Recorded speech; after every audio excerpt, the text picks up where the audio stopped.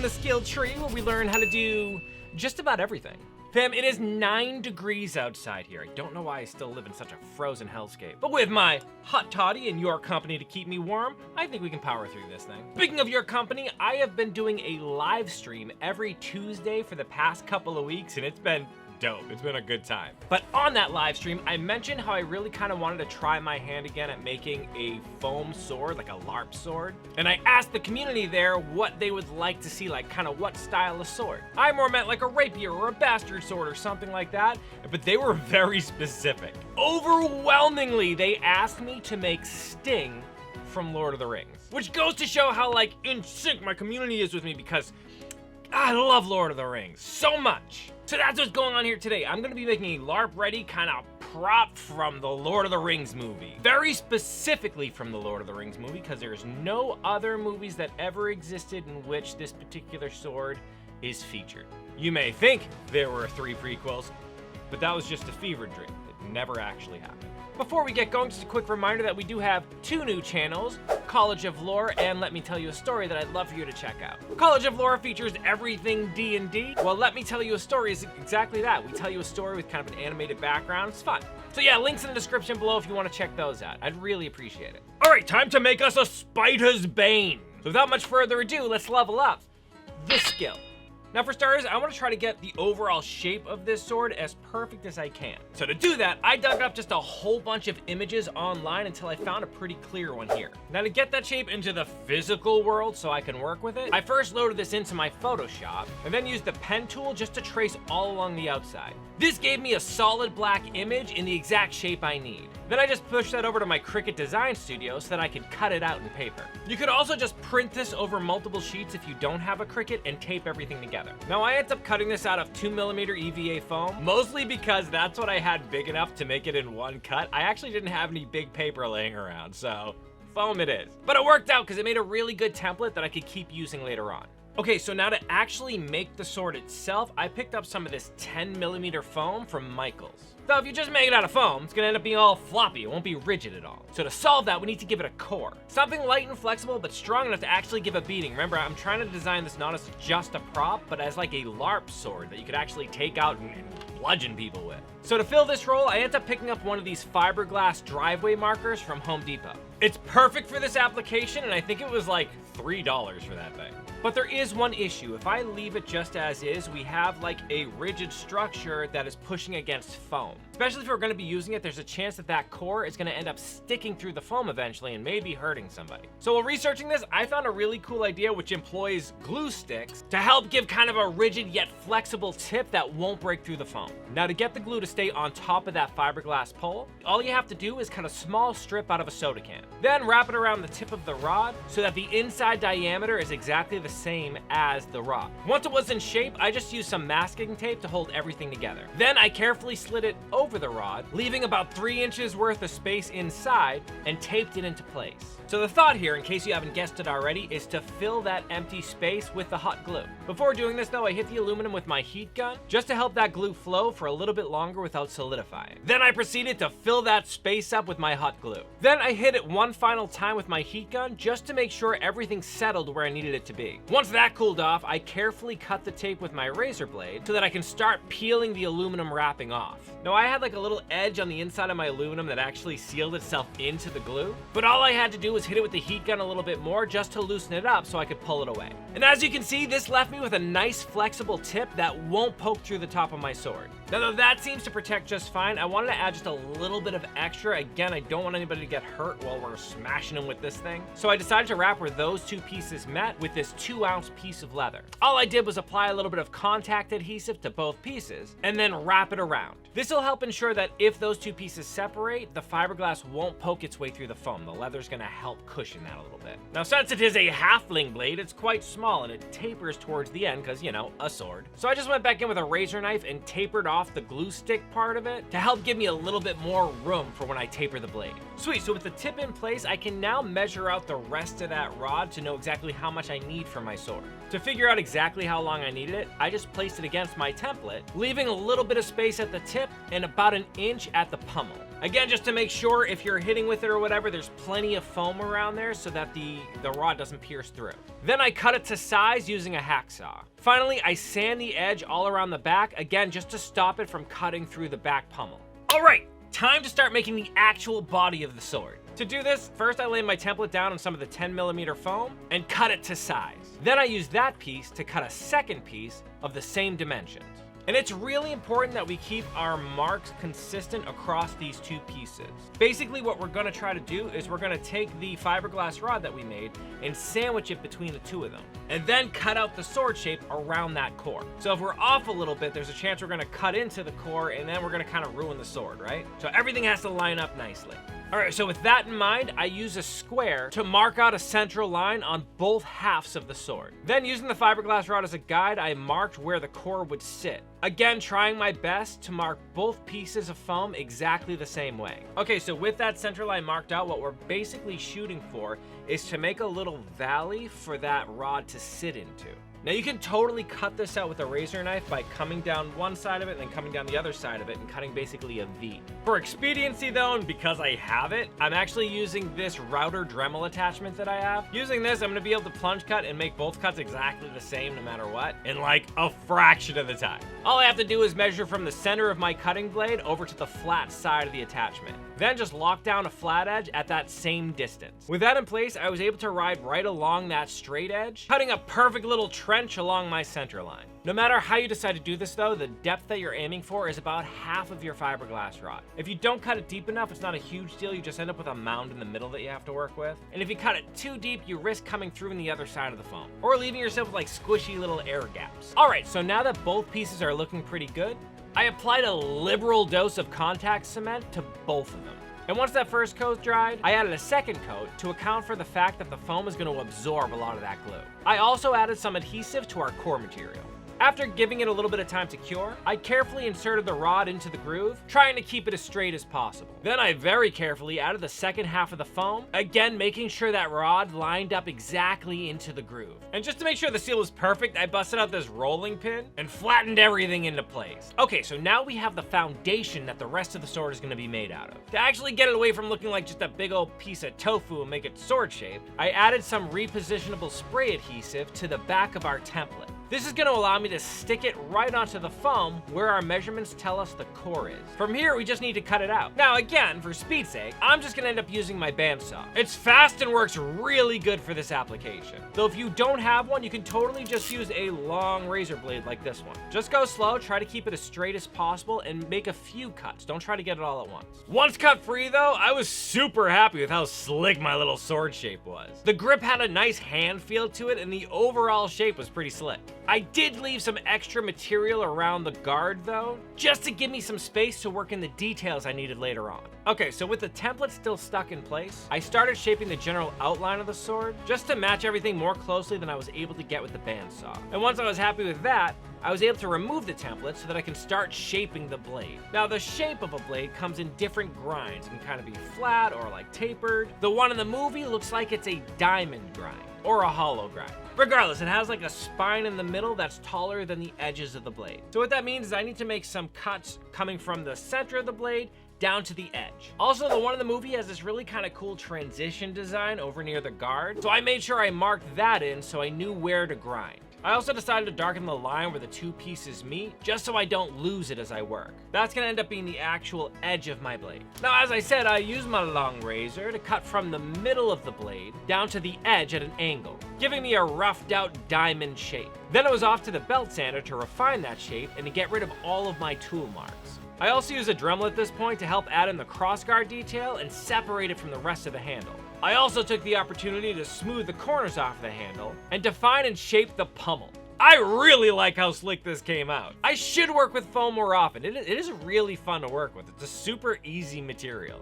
Now, it's at this point that I ran into a problem. You see, Movie Sword here has this really cool detail on the guard. It's all this raised elvish lettering that then kind of continues with an engraving in the blade. In case you're curious, by the way, the elvish there says something along the lines of like, my name is Sting, the Spider's Bane, or Slayer of Spiders, or something like that. But yeah, this gave me a lot of trouble to figure out. At first, I was gonna just kind of carve it out of foam, but it ended up being really messy, any of the test things I did. Super hard to get that fine of a detail in there. I then thought about 3D printing it, but I didn't want to have anything hard onto the blade because again, I wanted to be able to be accepted in LARPs. I then tested having my Cricut cutter cut it out, but the words were so fine and ended up just ripping them apart. I was pulling my hair out on this one. And then I came up with a really good idea. Walk along with me on this one. First, I cut the negative shape out of this wood veneer. And as you can see, because it's a more solid material, all the lettering came out really crisp. I also kept the surrounding material that the pieces were cut from. The thought here is to stack them on top of each other to make a more kind of thick, substantial piece. So with that in mind, I hit them with some 3M adhesive spray to make those designs nice and tacky. And then I carefully stacked them together so that everything lined up exactly. Finally, I glued everything in place backwards on another piece of wood. Do you see where this is going? I hope you see where this is going. So back a bunch of episodes ago, I made this custom dice box here.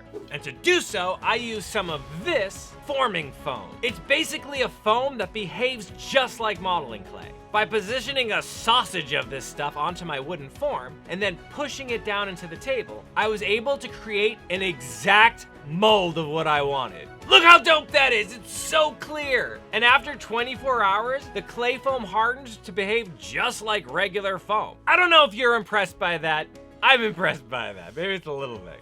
With that all hardened, I just went back in and cut away all the excess material I didn't need. Then I positioned it onto the guard and marked out exactly where it would sit. Then adding contact adhesive to both pieces, I was able to lock everything into place. And this is where I'm glad I left that excess material on the guard, because now I can go back in on my sander and make everything match up exact. Okay, with that little problem solved, we can finally get on to the fun bit of painting this thing. First though, I hit the whole store with my heat gun. This melts the surface a little bit, closing up the pores and generally smoothing everything out. Now, foam is quite porous and flexible. And if you just paint it with regular spray paint or acrylics, the odds are that that moving and flexing is gonna crack your paint or get it all creased up and nasty looking. To help avoid that, you really want to use paints that have some good flexibility to them. So for a base coat, I decided to use some Plastidip. This is going to give the piece a rubber coating that can flex and move with it while also filling in a lot of those pores and imperfections. And after 3 coats of this, it gave me a really nice cohesive look. That said though, there were some imperfections. There were some kind of large holes on the handle here that I hadn't seen before. This was a super easy fix though by using some of this Quick Seal by DAP. This stuff does a great job filling those holes, dries really fast, and is nice and flexible so it's not gonna crack or break like we talked about before. All right, now it's time to add some color and make it look like a sword. Again though, because I'm expecting this to be a piece that can be like hitting things and moving around a lot and flexing, I don't want to use just regular paints because they're gonna crack and bend and chip. Luckily, I was able to find this FX flexible acrylic paint at Michael's. I've been mentioning Michael's a lot. I think Michael's should sponsor me too. I don't know, I talk about you a lot. Same. Now because I wanted this paint job to come out really smooth, I really didn't want there to be brush strokes in it. I decided to use my airbrush to do this. That being said, the FX paint is really thick and has kind of a metallic sheen to it that would definitely clog up my gun if I didn't thin it enough. And because I found this a cool tip, I will share it with you. When you are thinning paint to go through your airbrush, you want to make sure it's a consistency of milk. So it doesn't have to be as thin as water, just a little bit thicker. With that all set up, I used some masking tape to protect my crossguard from overspray and began adding my chrome paint to the blade. This stuff went on super smooth and has a really cool finish to it. Like honestly, from a distance, it's pretty convincingly metallic. I'm happy with it. Now for the crossguard and pommel bit, I wanted it to look a little bit more like a bronze material, but they didn't have that color. So what I did instead was I mixed some of this gold paint with their darker armor metallic. This gave me a really pleasant bronze color and exactly what I was looking for. To apply it first, I use a paintbrush to dab into all of the lettering. This is gonna leave me with a nice dapple texture in those deeper parts. Then I went back over the entire guard, making sure I brushed everything nice and smooth. Now I decided to leave some of the brush strokes showing some of the metal through because it looked kind of like the grain of metal and I like the way that looked. It actually, to me, looked a lot more convincing that way than if it was like one solid color. Once the guard and the pommel were done, it was time to move on to the handle. Now, if you look at the one in the picture, it has this really nice reddish brown tone to the wood, and I wanted to try to match that. So of course, I just added some red paint to my brown, and I think it did a pretty good job giving me a nice warm wood tone. I then went back over it with a mostly dry brush and some black paint to give it a wood grain. And I'm not gonna lie, that wood grain came out all right. I was impressed with how easy that was.